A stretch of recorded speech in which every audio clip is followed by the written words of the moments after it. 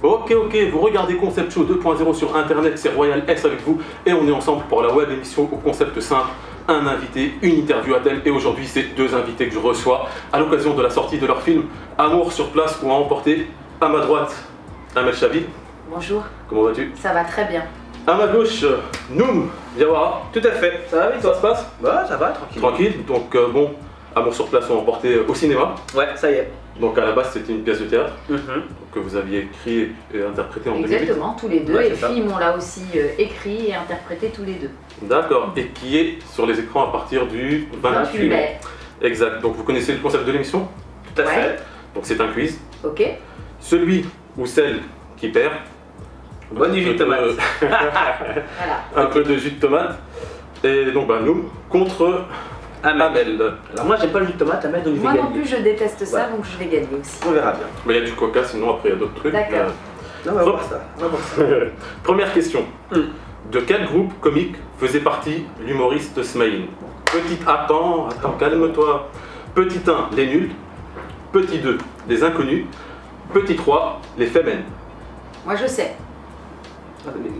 Alors, Celui qui répond, c'est celui qui répond. les inconnus. Vous avez répondu en même temps, bien joué. Donc, Merci. Pas de jus de tomate. ça va, pas du tout. Moi j'allais répondre tout de suite, même que tu donnes la liste. J'allais dire les inconnus. Ah non, il faut répondre en premier, mais quand je termine l'énumération des- d'accord. Donc, vous, au niveau des humoristes, qui est-ce qui vous a influencé? Les inconnus. Ouais, Complètement Les inconnus, comme c'est quand même une référence avec Ouais. les nuls.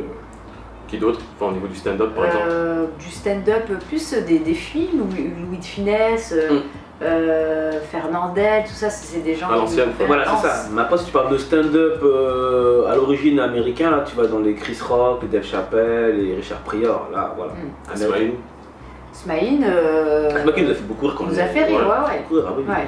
Moi, ce que j'ai remarqué au niveau du stand-up, c'est que après Jamel et le Comedy Club, Oui. il y a eu une espèce de paradigme d'humoristes qui ont sensiblement à peu près le même style d'humour. Comment Oui, vous parce expliquez ça en fait? Parce qu'on leur a donné envie. Du coup, Ouais. ils ont vu ça, ils ont vu que ça pouvait être accessible et ils ont reproduit peut-être comment dire, je sais pas On comment les a influencés, on peut dire le mot, on les a ouais. influencés, C'est voilà. normal. Ils marchent sur nos pas. Ah. Bon, c'est normal. Attention. Je veux dire. Mais est-ce que à force c'est pas contre-productif en fait au niveau de entre guillemets de l'originalité peut-être que... Moi, je trouve ça bien qu'il y ait des humoristes, et c'est génial, on est super fiers d'avoir influencé des jeunes. Après, effectivement, il faut que ces humoristes-là se prennent la tête pour avoir une originalité, une identité propre. c'est ça.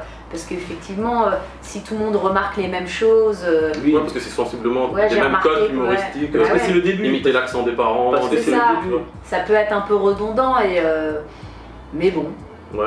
Ça Je pense que, pas. non, parce que Spécialement. je pense surtout que c'est le début, ils arrivent, il faut laisser le temps au temps que le stand-up s'installe. Là on arrive, tout le monde a envie de parler de soi, tout le monde a quelque chose à dire, et après les gens vont commencer à réfléchir à qu'est-ce qu'ils vont dire qui les différencie des autres. C'est ça. Pour l'instant ils veulent se faire entendre, puis après ils diront, je pense, faut laisser le temps. Ok. Et il restera que les meilleurs, de toute façon. Il ne peut en rester. Ouais. Donc ça, c'est Highlander ce film. Quel est le nom du film qui a propulsé l'actrice Marion Cotillard? Petit 1, Rail. Petit 2, Taxi. Petit 3, Intouchable. Taxi. Acti. Bon, toujours pas de jus de tomate parce que Ah. vous avez bien répondu. Donc Marion Cotillard qui se fait gentiment tacler dans le film en... Ah oui, oui. On marque comme ça. Voilà. Et ça que les grands. Et ça, en fait, ça c'est une vanne, j'ai remarqué qu'on ne retrouve pas dans la pièce. Non. Donc par rapport à ça, est-ce qu'il y a des vannes que vous avez adaptées au cinéma de la pièce, mais avec un peu de difficulté en vous disant, bon, peut-être que celle-là, elle passe pas trop. Parce que moi j'ai remarqué, bon après ça c'est à titre personnel, que certaines vannes, force est de constater qu'elles passaient pas très bien au ciné, mais dans la pièce, nickel. Vous vous êtes fait la même remarque, j'imagine. Mais non, c'est parce que tu as vu la pièce, donc tu connaissais la La vanne. pièce, je l'ai vue 3 fois en plus. Voilà, c'est ça. Et en donc, plus avec vous et avec Sabrina et Oumar. Voilà, donc, c'est que quand tu connais la pièce, forcément, comme c'est l'adaptation de la pièce au théâtre, et ben on a repris l'essentiel de la pièce, donc on a repris des scènes de la pièce, donc tu les avais déjà vues. Donc c'est clair que comme tu les as déjà vues, la vanne tu la connais, donc elle te Ouais. fait moins rire, surtout au bout de 3 fois.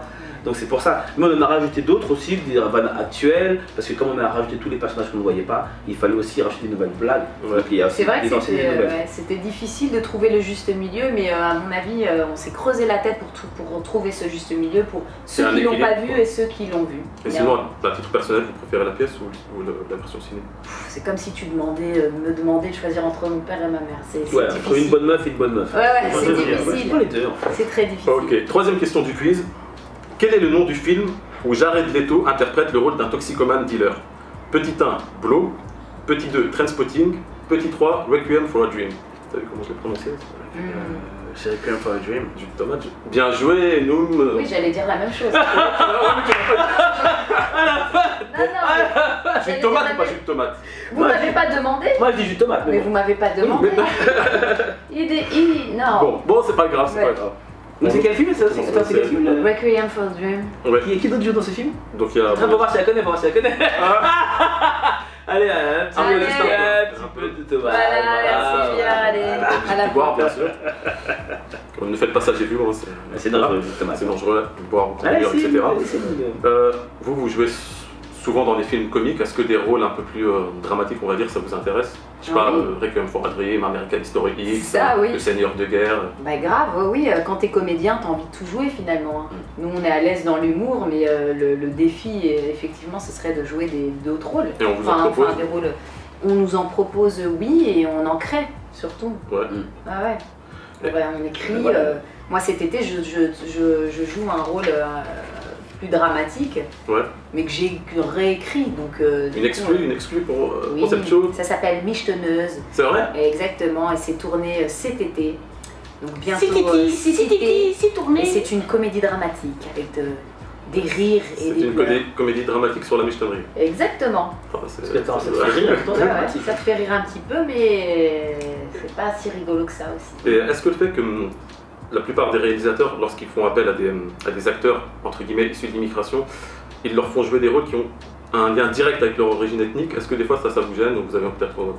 Oui, on rencontre ça, après c'est à toi de ça, vous l'avez bien révélé, vous l'avez bien relevé dans Comedy Club Inside, à un moment dans où tu joues le rôle, enfin où tu fais passer un casting, on te fait passer un casting où tu dis non, je veux pas retourner au bled, etc. Exactement. Et c'était vraiment le cliché. C'est le cliché, on en rit. On a fait cette scène-là pour le dénoncer, quand on fait des blagues pour dénoncer aussi certaines choses. Mais du coup, là, c'est à toi de choisir après, est-ce que tu joues dans ces rôles-là ou pas. Voilà, c'est clair qu'au début, quand on voit nos têtes, on dit bon, on va leur faire jouer ça. Voilà. Il faut laisser autant aux mentalités d'évoluer, autant de changer, que de montrer qu'on n'est pas que ce qu'on voit de nous. Par exemple, moi, le matin, je me dis pas je suis Renoir. Je me dis même pas je suis français, je suis WAM. Je fais ma vie quoi. Demain je peux faire un sans-papier parce que c'est plus facile pour moi de faire un sans-papier, mais je peux être aussi un étudiant, un vendeur, un banquier, enfin tu vois, on peut tant qu'on nous propose des choses originales. Après peut-être qu'il faut passer par là pour se faire une petite notoriété, ensuite faire des choix moins... Parce qu'une actrice par exemple comme, moi je vais citer au hasard Leila Bekti, au début elle faisait ce genre de rôle, mais après on la voyait dans des films. Voilà, c'est un très bon exemple parce que voilà, elle a dû passer par ces rôles peut-être un peu clichés, maintenant elle joue ce qu'elle veut. Exactement, on est Renoir mais pas que ça. Voilà. Dernière question du quiz. En quelle année la pièce de théâtre Dîner de con a-t-elle été adaptée au cinéma? Petit 1, 1997. Petit 2, 1998. Petit 3, 2001. 2001. Non. 99. Il n'y a même pas 99, toi aussi tu bois du jus de tomate. 98. Ah, 98. Ah, t'avais dit 99? Non, parce que je l'ai vu en 99 moi. Oui, c'est sorti. Mais moi je l'ai vu il y a 2 ans, donc il n'est pas sorti. À la vôtre. À la vôtre. Donc bon, bah t'as pas vu. Ah bon? Toi il triche. Tu vois. Donc bon, il y a eu Dîner de con qui a été adapté au cinéma, un peu avant, enfin longtemps avant, il y avait Le Père Noël est une ordure, enfin il y en a eu plein d'autres. Et là, bon bah Amour sur place, on a emporté. Il y a eu Le Prénom aussi, avant le Prénom. Ah, je connais pas. Le Prénom, c'est avec Patrick Bruel, non, c'est ça? Ouais. Un film, une pièce qui a vraiment super bien marché, une très bonne pièce. Et ils ont réussi à faire cette adaptation, tu vois, Le Prénom. Ouais, très bon film. Et vous, qu'est-ce qui vous a poussé à adapter la pièce au cinéma? C'est un producteur de cinéma qui est venu voir la pièce et qui nous a suggéré de l'adapter. C'est lui qui est venu, un vrai producteur, avec un nom de producteur. Cyril Colbeau. Justin, avec un chemise à com, un cigare. Quels sont vos films comiques de référence? Il y en a pas mal en France surtout. Qu'est-ce qu'on a fait au bon Dieu? Film comique de référence. Tu cartonnes. Il y a Les Trois Frères. Moi j'ai bu sans faire exprès. Normal, tu t'habitues. Si c'était un verre. Ah, moi j'ai vu, j'ai écrit qu'il allait crever. Les films.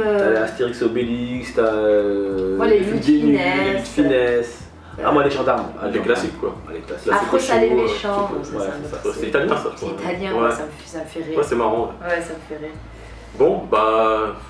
gagnant, il n'y en a pas vraiment, hein, parce que 2-2 je crois. Non, de 2, oui. Ouais. Je pense une égalité. Un dernier mot pour les internautes qui regardent Concept Show 2.0. Donc allez voir Amour sur place ou emporté dans les salles depuis le 28 mai. Voilà, c'est ça. Allez vous marrer, amenez une petite copine, histoire de la séduire. Ou deux si vous êtes polygame. Vous allez vous marrer, vous allez passer un bon moment. Et puis voilà. Et puis vous êtes sûr à la fin du film de pécho, ça c'est sûr et certain. Voilà, c'est une garantie avec le ticket d'entrée. Si tu pécho pas, tu viens me voir, je te rembourse ta place. Ou elle te pécho. T'auras du boulot, Amel. J'ai rien dit. J'ai rien dit. Voilà, je me vends. C'était Concept Show 2.0 avec moi-même, Royal S. Nous, mais Amel était avec moi. On se retrouve non pas la semaine prochaine, ni celle d'après, mais un jour peut-être. Et n'oubliez pas, vous pouvez être où vous voulez en ce moment. Mais si vous regardez cette émission, c'est que vous êtes avec moi. C'est que vous êtes avec nous. Yeah! Yeah!